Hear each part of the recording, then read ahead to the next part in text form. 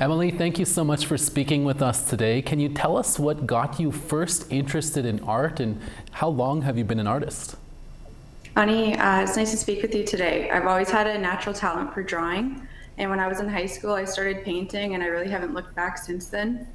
I just really believe that Creator gives each and every one of us a natural gift that we can get us through life, and I'm lucky that I figured out mine at such a young age.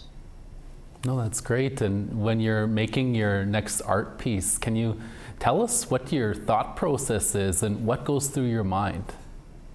Well, when I start a new art piece, I consider so many different things, such as what message I want to tell, what story I want to tell, and what feelings do I want to invoke.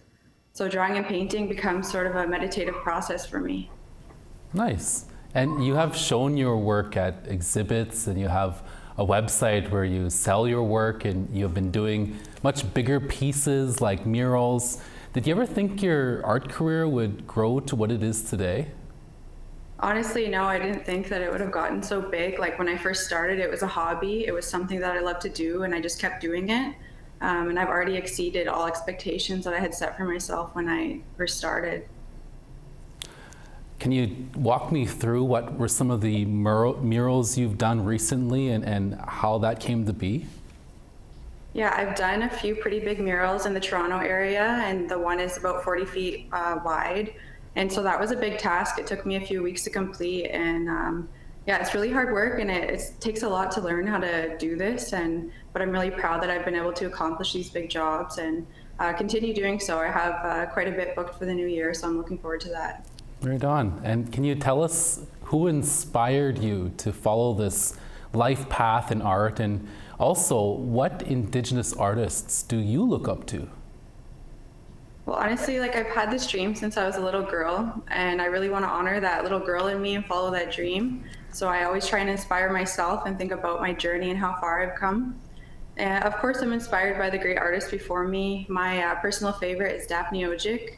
She's one of the original woodland style artists, and you can never leave out Norval Morris. So he's just the most iconic for a reason. There's good messages behind his work and a lot of cultural teachings to take away from that. I absolutely love Daphne and Norval's work as well. That's great. Finally, Emily, what is your message to our young and up and coming Indigenous artists who look up to you, and what are some words of advice do you have for them?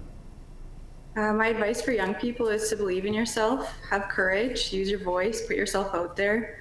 Creator only puts things in front of us that we can handle, and you only have one life, so you might as well spend it doing the one thing that you love, and for me, that's painting and drawing.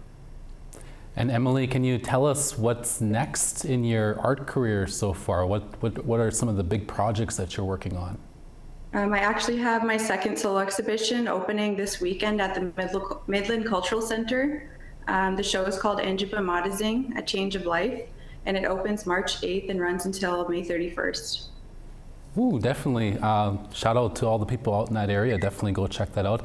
Emily, we'll have to leave it there. Thank you so much for speaking with us today. Yeah, thank you for having me.